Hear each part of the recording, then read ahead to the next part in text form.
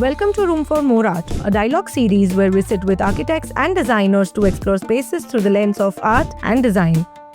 This episode is powered by Decoraids, making interiors more thoughtful with their smart wall panels and ceiling solutions that are as practical as they are beautiful.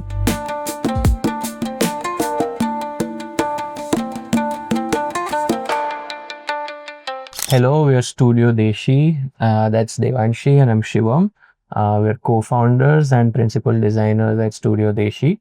Studio Deshi is basically a multidisciplinary design practice which deals with spaces that have a certain narration or story behind them.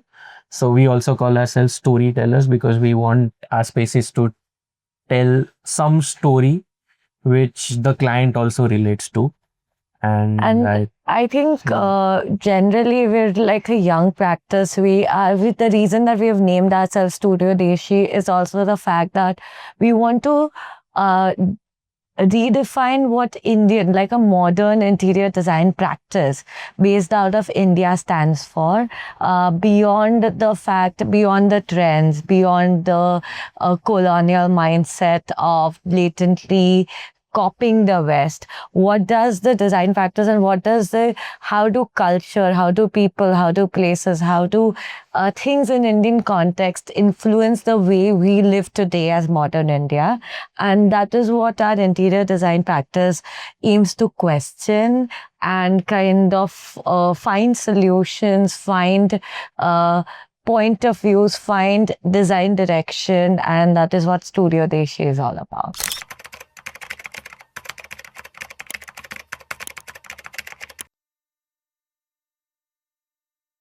So I think, especially in the culture and the context we stay in, art is already interwoven in your life, right? They say before kids talk, they learn how to draw and they learn how to express themselves by dancing. And I think art in general is an innate human understanding and a way to express themselves. And I think when we are growing up, whether it's in school where you have been exposed to multimedia, art disciplinaries, art forms, whether you are traveling where you see different art forms, you go to places like Vishala when you are younger, you see people doing pottery, you see people doing puppetry, you see a lot of things. And I think in general, I have never been able to contextualize it when I was younger, but art was already an integral portion of the life.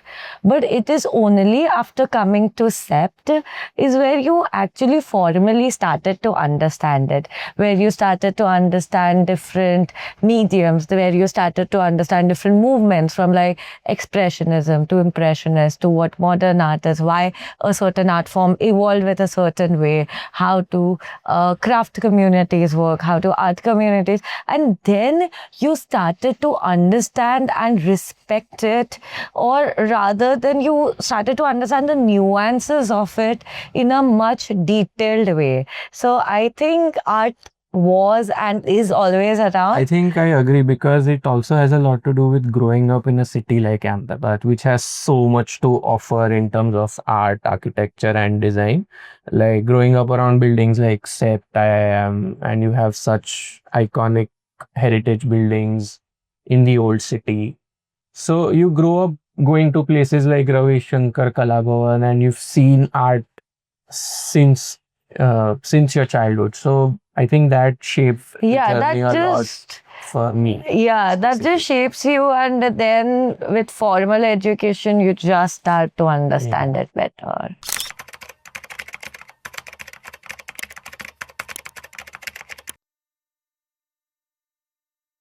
So here I would say that I always believe that architecture is the bones, it's the structure.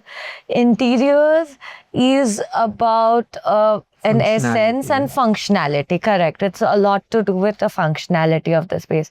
But then art brings the soul to the space. Art brings personality to the space. Art sort of also differentiates, for example, in a residential project. you can understand who the person is, a little bit about themselves, a little bit about their family through the kind of art that they have procured, through the art that they are inclined towards. And I think, while we are also dealing with it professionally, we actually, when art does not really come at a later stage, but design are developed around art pieces in certain ways, because you realize that there are certain affinities that clients have, and you want to reflect that in your design. And art is one of the most beautiful, most simplistic medium to kind of start doing that. I think art is the most personal thing you can put up in a space that the client relates to, because as subjective as design is, there's no parameter to judge a good design. Like a client would like design A as much as they would probably like design B, but then art is something they will relate very, very closely to, and it adds that personal touch to the space. And I also believe that, people have strong opinions about art. Like, they might not know the reason, but they might gravitate towards certain colors. They might gravitate towards certain textures. Whether it is, you don't need a formal education in art, but you know that you like this art versus you're not a great fan of this art. And that automatically is how clients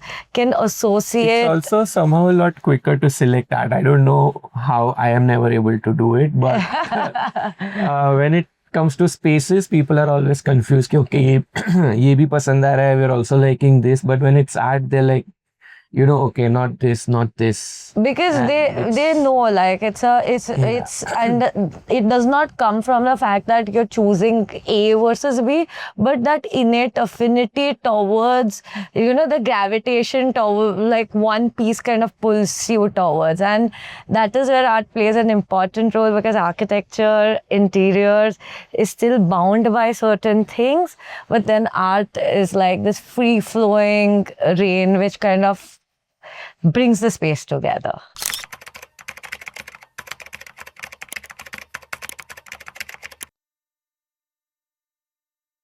So I think, as I said earlier, like with most of the projects, integration of the art begins at the get-go. So and here I am saying art and craft a little interconnected in an interconnected way, because while we are defining the essence of the home, there can be a craft form which is very important, and it plays an important role.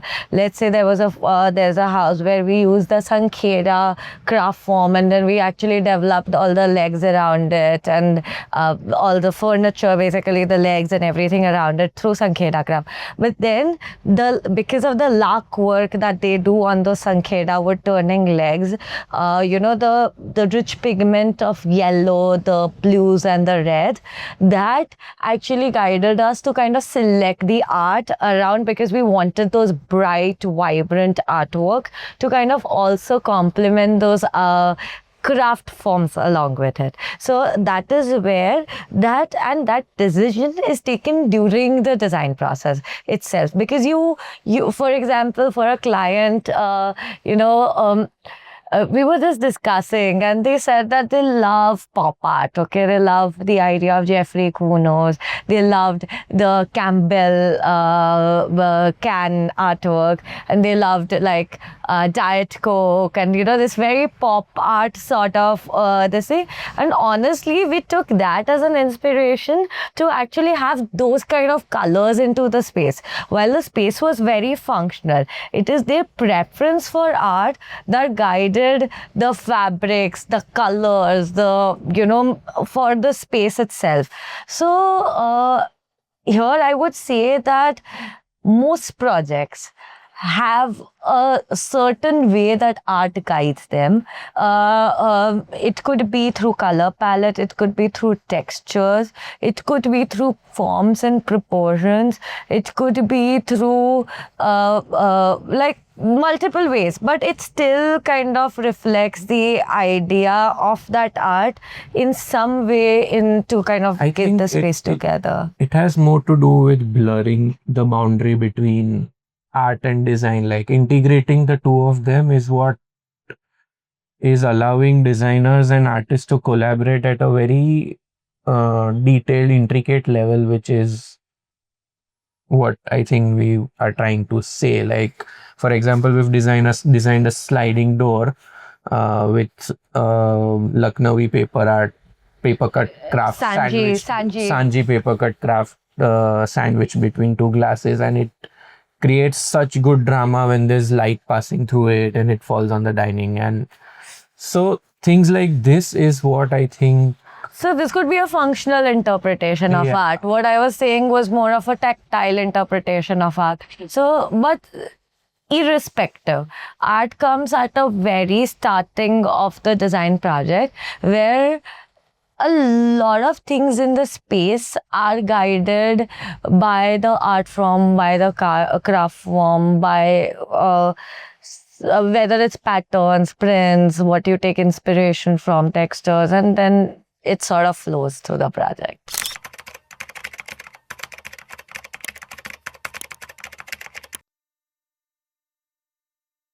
So I think wall aesthetics to us, I think we've realized that we don't look at a wall as designers in general. We don't look at wall as a wall. We look at it as a part of this complete space. So whether, we talk about the very generic idea of wall aesthetic, whether you're putting an artwork, whether you're putting a wallpaper or wall paneling, that is when you're looking at it as an isolation. But we always ask, what to this wall sort of mean to that space. So sometimes, let's say a wall is like a backdrop to a beautiful dining table with a nice blown glass chandelier, then we just let the wall be. And that itself is about kind of giving that pause point, giving that little space, that little breather into the space. Versus there are certain spaces, like for example, in a house that we are designing, there's a large corridor space. And we do want people to pause at certain intervals in the corridor because it also gives a vantage to the outside. And that is where we have actually framed art in a certain way that it allows you that one moment of pause in a certain, in one moment of pause. So I think the wall aesthetics is to do with what do we want a user to experience in the space. Sometimes we want them to just feel very, very neutral. Sometimes it's a transitional space from one space to another. And then we want that, that experience and the journey. So now that could be through lighting, that could be through like walls being as clean as possible. That could be through doing layers and layers on wall. Like there's one project where we have done like a very maximal home, and then there are a couple of walls, or there are at least one wall in each space which is so maximal because it's wallpaper on that, there's an artwork on that, there's a lighting, and then it kind of creates this little sort of alcoves within those bigger spaces to kind of also talk about the journey that we are looking at. So that is where I think it has more to do with the kind of stimulation you want to give your client the moment they enter a space. Like what is a wall to do for that particular space when a client enters and looks at it, and should it be is it the wall that the client is going to look at the first thing when they enter?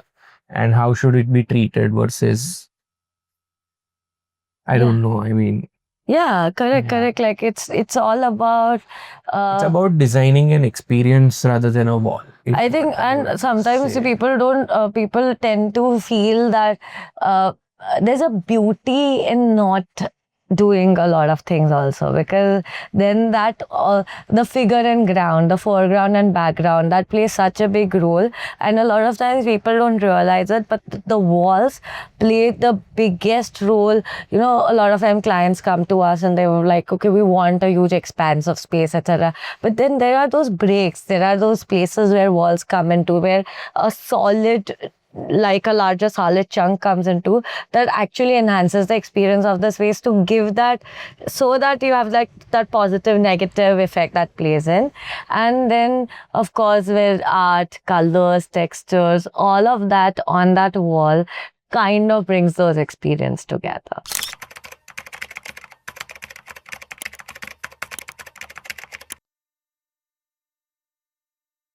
Oh, I love a black wall.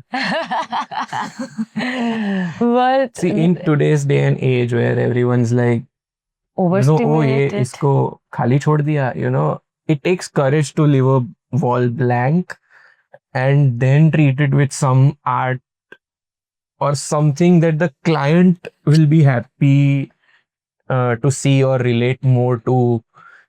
So I think it's courageous to leave a blank wall and then, you know, do something about it. But I think yeah. also sometimes, you know, what we realize is that, especially for homes, okay, if it's a commercial spaces, then of course we are curating it for a larger environment, and we take a key role in doing that. But let's say for residential projects, we also believe that the home should grow with the owner, and and if all your walls are filled up, if everything is put with like this very curated artwork, you are not allowing it the space to grow. So I think we love when clients collect art over time. They put that art over time and then they send us pictures that, you know, I found this when I was traveling. I found this perfect piece. When I just looked at it, it just made sense for that, because you cannot curate that in that one this thing. But yes, as you asked, your personal favorite, I am somebody who's a little maximalist. I'm like an opposite to Shivam. Well, Shivam would love... I think my first statement cleared that up. Yeah, like well, Shivam would love a blank wall. I am somebody, I love colors. I love prints. Look at what I'm wearing today. I love all of it. Okay, so I am never the person. But at the same time, I'm not very. I love experimenting. I love doing like a lot of art pieces together, and in just somehow in my mind it should make sense. If it's my personal space, I love to be a little crazy, a little wacky about it. We always fight about it because usually it is our personal space together, as we are also married. But so yeah, but I think it, in a way, for me, it just reflects a little bit of me. A good art piece, a good wallpaper, and I mean art, not just like a canvas, but textile art, multimedia art, sculpture, everything. It just reflects a little bit of me, and I think it makes me happy when I see it. Like, to me, it's just as simple as that. It makes me happy when I see it. If possible, I do prefer leaving a blank wall because it allows, like Devanshi pointed out, it allows the client to bring Grow. their own character to the space. Like, and that is the most wonderful thing about being able to design someone's home, that you allow that space to them. Yeah, like in this world of very hyper perfected images where every art is like put together, every corner is done correctly, every pillow is put and every throw is done and everything, I just feel that sometimes it has to look more lived in. Yeah, sometimes if you just allow a house to live to be lived in, I think that's the more, you can't really achieve that aesthetic if you try to achieve that aesthetic. You have to let go the control to kind of have that feeling come out, and that is what good design today is about.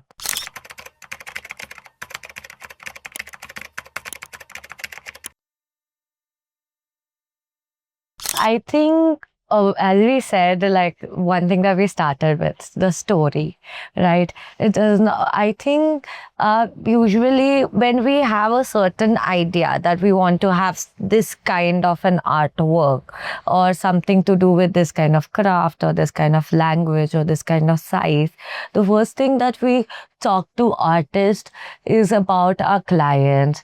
We talk to them about their journey, their passion, and we try to figure out, as humans, we are all about shared experiences. I connect with a certain art piece just because I relate to something that the artist is trying to say.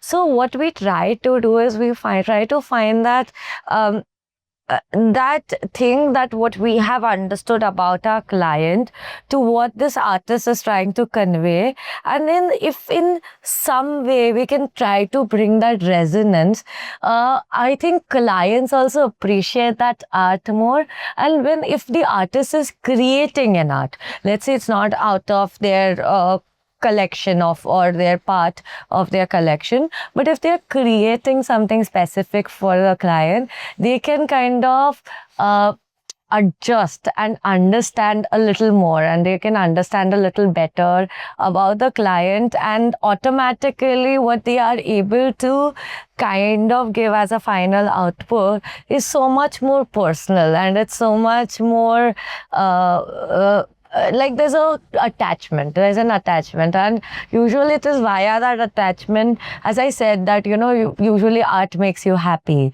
It's via that attachment that happiness sort of comes in. So that is where it is very important for us that there is that synergy between the artist, the client, and then of course with the space eventually.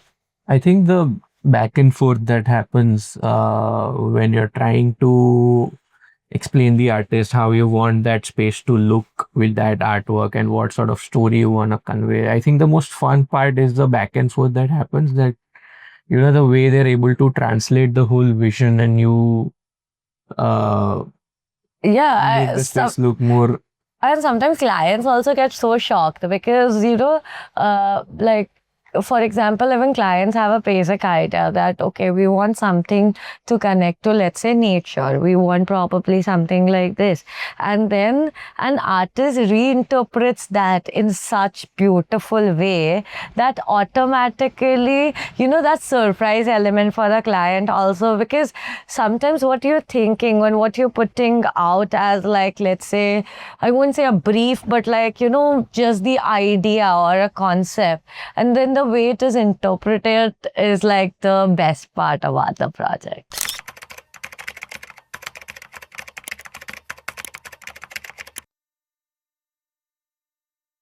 See, here I would again say that art and architecture has always been correlated. Like it has already, like whether, again, as Shivam was saying, like the heritage buildings that we go to, or whether like very recently where we went to the Jaipur city palace, and then the entire city palace was hand painted in certain way. So art and architecture have always been in a very symbiotic relationship with each other.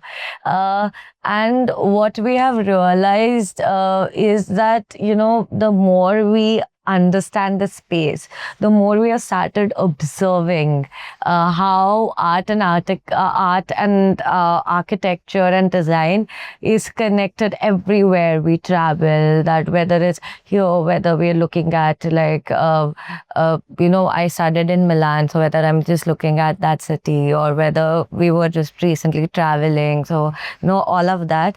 One specific artwork that moved both, Srivastav's exhibition that happened. Yeah, the Rangeen. It's called the Black Box. Yeah. So I think, so it's really well curated. Yeah, Srivastav as an artist, he does this paintings that depict a festival that happens in MP, and this festival has all the villagers coming to it for a fair in extremely bright clothes. So all his paintings, if you see, they're like really bright colored paintings, and they've been displayed in this really dark black box. So Yes. the way the light plays and the painting stands out, it was really well curated. I think, and it was the black box has been done by Sangat, and the way the volume comes, and then the way the light, the natural light kind of flows in. It's a very dark space, and then you have almost neon colors. The way the landscape has been portrayed, the way the Mela has been portrayed in these very neon colors that just stands out. And then and this has this massive painting. So you're just standing and you feel that you're a part of that Mela itself. You're a part of that space itself. And I think there are so many such instances, but this is one that I think has resonated so much with both of us in general.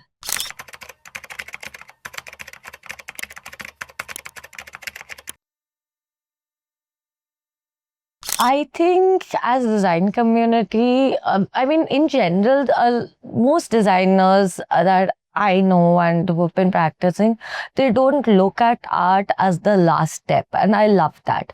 I think because one thing is that we need to educate client that art is not something that comes in the end, but it also brings the space together. And to think about bringing the space together, we have to think art from the beginning. So then only you can collaborate for certain things with certain artists. Whether it could be some functional sculptures, whether it could be something which is just something very sensory in approach. I think the first thing that is to educate clients how art plays an important role. And you don't need to be an art connoisseur about it. You don't need to buy some really expensive artwork to support art. You have, like, for example, how in Ahmedabad Haat or any such local melas, or you have beautiful hand-painted work by a lot of smaller artist communities. You have so many art forms across India in general. So whether you are picking that out when you're traveling, you need to understand that because there's so much effort, technique and generational technique that has been put into it. While you might feel that a Warli artist is doing an artwork in, let's say, half an hour, there is so much generational technique, a way of representation that has been developed, and you kind of respect that, and you kind of so it's not necessary that you buy something from the most fanciest gallery where you are paying a heavy price tag for it is the only way to support art. Everybody can figure out where and what do they like, and then they can always find great artworks around it. And also, I think as people need to, I think people realize that the way you dress is probably an expression of who you are. The kind of art that you have in your home is also an expression of your lifestyle and who you are. And as soon as people will understand that, if somebody is okay spending 1 lakh rupees on a nice handbag, they would be able to spend 1 lakh rupees very easily on an artist who has actually developed a point of view and has honed a skill and is trying to translate that into a space. I think I strongly agree with educating the client part of, because that is the best thing as designers you can do. Like while you're designing a space, engage the client saying, okay, this wall we are assigning specifically for an artwork, which we will decide at a later stage, but it has to be there, which is the way you can inculcate this need to address artists in general, that the kind of personality they bring to the space and how important it is for your space in general. Yeah.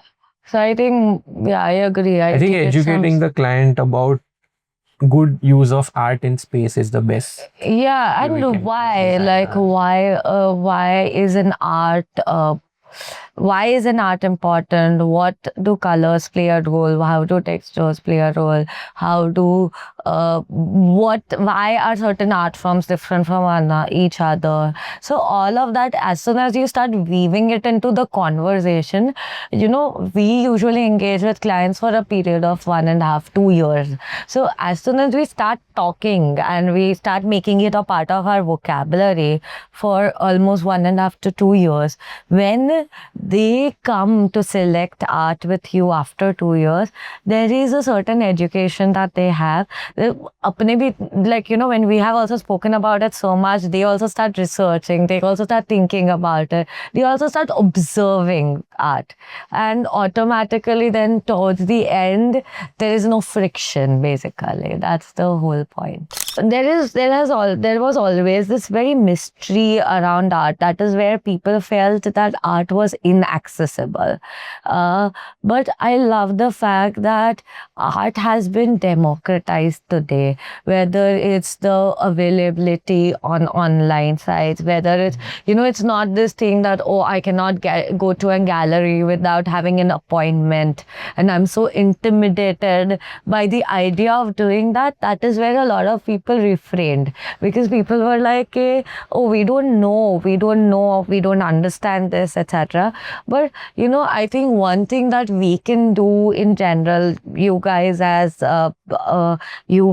created this beautiful space, and as designers, is to remove a little mystery around it, so that making it more accessible. Making it more accessible, and that's about it. Because I think it just brings back to the original conversation that we were having, that art has always been around us, and art has been the way that we have expressed ourselves since we were kids. Before we could write, before we could speak, we used to draw, and before languages came into picture, we used to draw. Art has been the way. It has always been about a collective human species as a whole, because that is one of those biggest way that human species can also distinguish itself from the other animals in the human kingdom, because of the way of the self-expression around it. And as soon as we sort of demystify it, it becomes for everyone, and everybody can enjoy it together, and that's the fun of it.